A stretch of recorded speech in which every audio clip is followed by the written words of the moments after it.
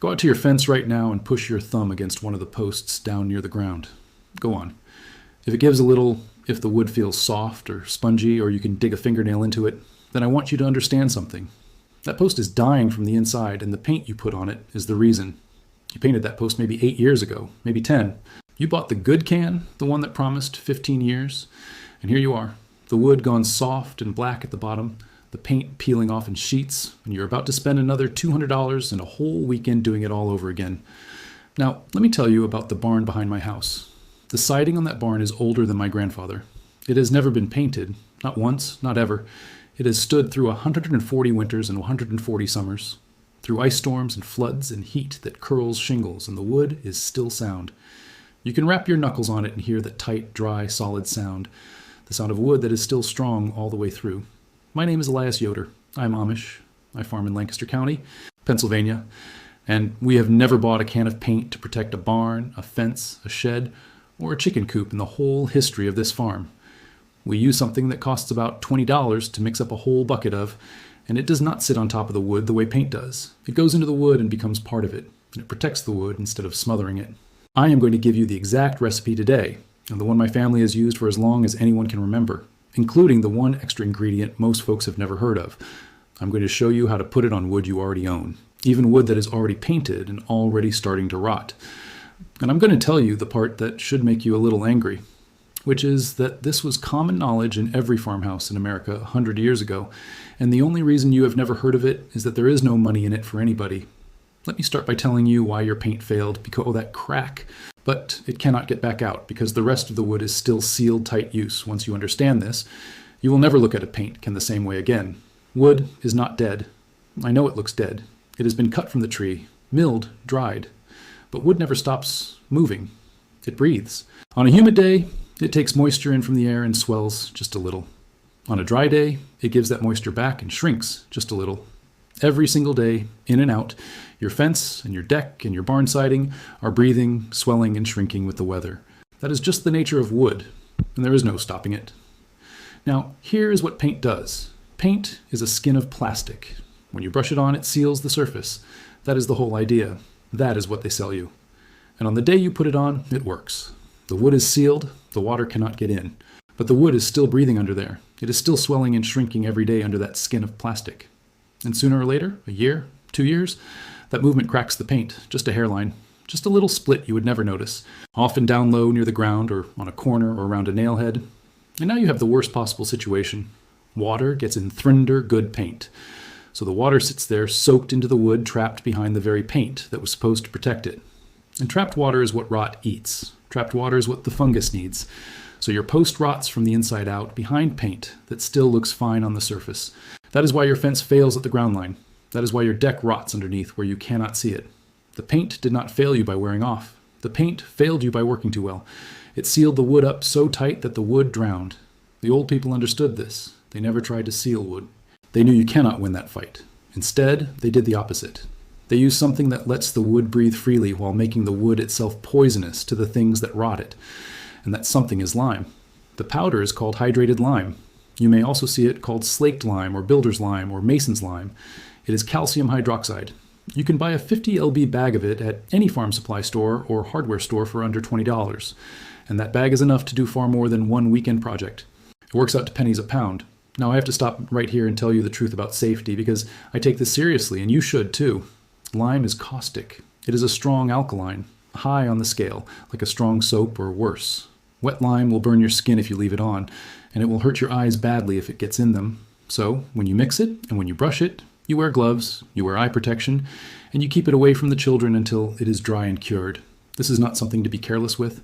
With a little respect, it is one of the safest and oldest building materials on Earth. It has been used for thousands of years. But you wear your gloves, read the bag. With that said, the lime is only half of it. The lime alone will not stick to bare wood. And this is the thing most folks get wrong when they try whitewash and it flakes right off. Plain lime wash is made for stone and brick and plaster, not wood. Wood is too acidic and it swells too much, and the lime just sheds off it. The trick, the thing that makes it grip wood and turns it from a chalky coating into something tough and water shedding, is milk. Skim milk specifically. When you mix lime with skim milk, something happens. The lime reacts with the protein in the milk, the casein, and forms a new substance the chemists call calcium caseinate. It is a natural glue, a strong one. It is the same family of glue they used to hold furniture and even airplane parts together 100 years ago. That milk and lime glue is what carries the lime down into the wood grain and binds it there, so it does not flake off. And as it cures, it becomes water resistant while still letting the wood breathe. So already you can see this is not paint. Paint sits on top and seals. This soaks in, glues itself into the grain, lets the wood keep breathing, and makes the wood hostile to rot and insects because fungus and bugs do not like that high alkaline lime one bit. It does the exact opposite of what paint does, and that is exactly why it lasts. Here's the recipe. It is simple. Into a 5-gallon bucket, you start with about 4 quarts of skim milk. It has to be skim, not whole, not 2%. And the fat in whole milk will turn rancid and your coating will stink and fail. Skim milk because you want the protein, not the fat. Then you add about 1 dollop of hydrated lime. Slowly, a little at a time, stirring the whole while with a wooden stick or a wooden paddle, never a metal one. Lime reacts with some metals, and it will weaken your mix and foul your tools. Wood or plastic only. Stir it slow and steady until it is smooth, about the look of thin cream or skim milk itself. Then, about a 1/4 cup of plain table salt. The salt does 2 things. It helps the coating cure up harder, and it adds a little more bite against mold and mildew, which matters, because while this stuff is wet before it cures, mold can try to grow in it. The salt helps hold that off. Then 1 TSP of raw linseed oil. Linseed comes from the flax plant. It is an old natural oil. This is the part that gives the coating its water-shedding strength. Just a tablespoon stirred in well.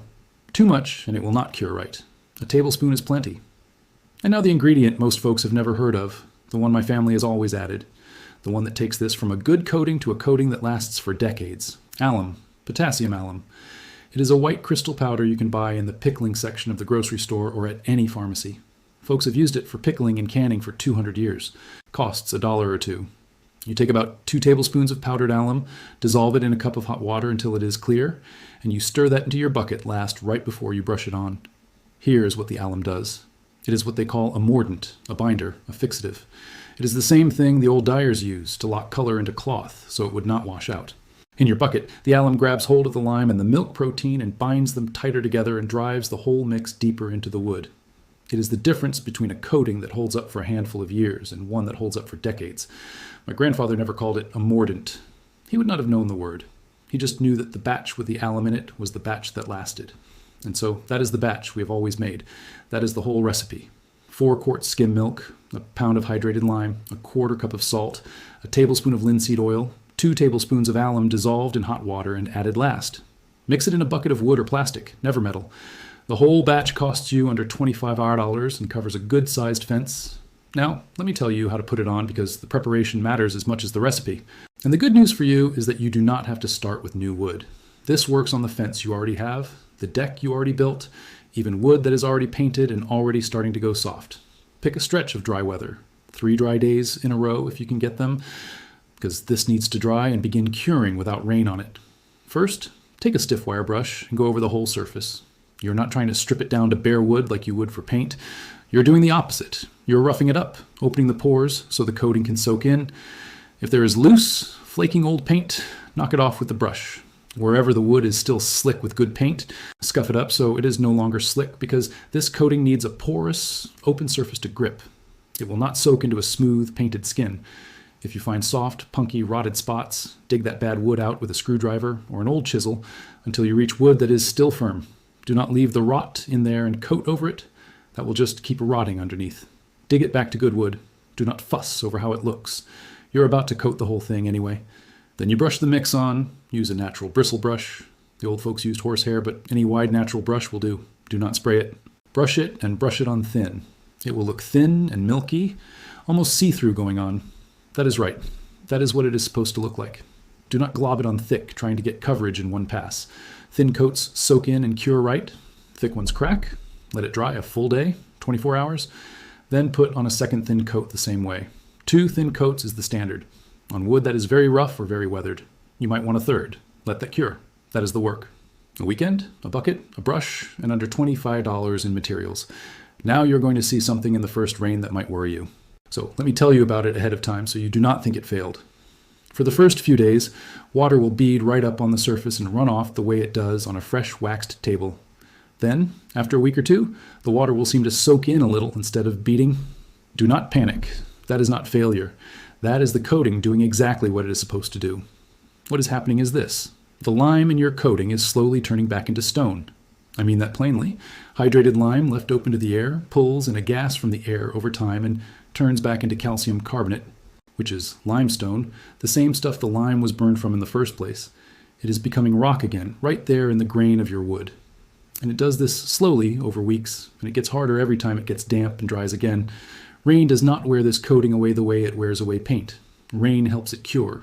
It is turning to stone inside your wood. After about a month, take a knife and try to scrape it. You will find you cannot lift it off the way you can chip paint. It is not sitting on top of the wood. It has become part of the wood. You have not painted your fence. You have turned the surface of your fence into something closer to stone, breathable stone that sheds water and starves out rot. Now, I'm going to be honest with you because that is the only way I know how to do this and the only way this channel stays worth your trust. This is not a coating you put on once and never think about again for the rest of your life.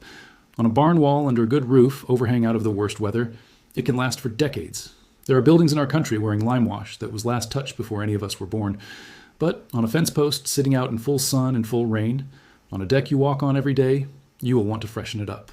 Brush on another coat or two every several years. Here's the thing though. That touch-up costs you a few dollars in an afternoon because the wood underneath is still sound, yet never rotted. Compare that to paint, where every few years you are scraping, sanding, priming, and recoating a fence that is quietly rotting underneath the whole time and eventually replacing the posts altogether.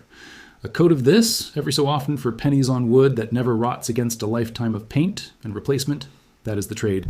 That is why the old barns are still standing. I want to take a moment here because this is the part that matters. Think about who profits from your paint. The paint companies profit, of course, but it is bigger and quieter than that. A product that protects your fence for decades is a product you buy once. A product that fails on a schedule, that peels and cracks every 5 to 8 years like clockwork, is a product you buy again and again and again for the rest of your life. Think about it. The 15-year paint that fails in 8 is not a defective product. From their side of the counter, it is a perfect product. It works just long enough that you trust the brand and fails just soon enough that you're back at the register. Over a lifetime, the average homeowner spends thousands of dollars painting and repainting the same fences, sheds, and decks. And at the end of all that money, the wood is often rotted out anyway and needs replacing. Thousands of dollars to protect wood that a $20 bag of lime and a gallon of skim milk would have protected better. And here is the part that is almost worse than a conspiracy. Because at least a conspiracy you could fight. There is no villain in a room somewhere who banned lime wash. It is quieter than that. There is simply no money in lime. No company can build an advertising budget around a 50-cent bag of powder you mix with milk in your own bucket. No home improvement show gets sponsored by skim milk. So the knowledge was not destroyed. It was just outspent. Drowned out by 100 years of advertisements for things in cans. Pushed to the bottom shelf in the garden section, unlabeled for this purpose, while the expensive cans got the big display up front at eye level. The hardware store still sells the lime. They just have no reason on earth to tell you what it can really do. We never forgot because we never had a paint budget and never wanted one. We mixed our barn milk, we brushed it on, and we built barns that are still standing straight after 140 years. The men who built those barns were not smarter than you. They had simply never been talked into believing that the answer had to come in a can. So here is what I want you to do this weekend. Go to the farm store and buy a bag of hydrated lime, the small bag. You do not need 50 lb for a first project, but it is so cheap you may as well. Stop at the grocery for a gallon of skim milk, a box of pickling salt, and a small container of alum from the canning aisle. Grab a bottle of raw linseed oil. You will spend under $30 and have plenty left over. Pick the worst thing you own. The fence post going soft at the ground, the shed wall that faces north and never dries, the deck rail that is graying and splitting. Wire brush it, dig out any rot, and brush on 2 thin coats of barn milk a day apart. Wear your gloves, then watch it through the next year and see for yourself.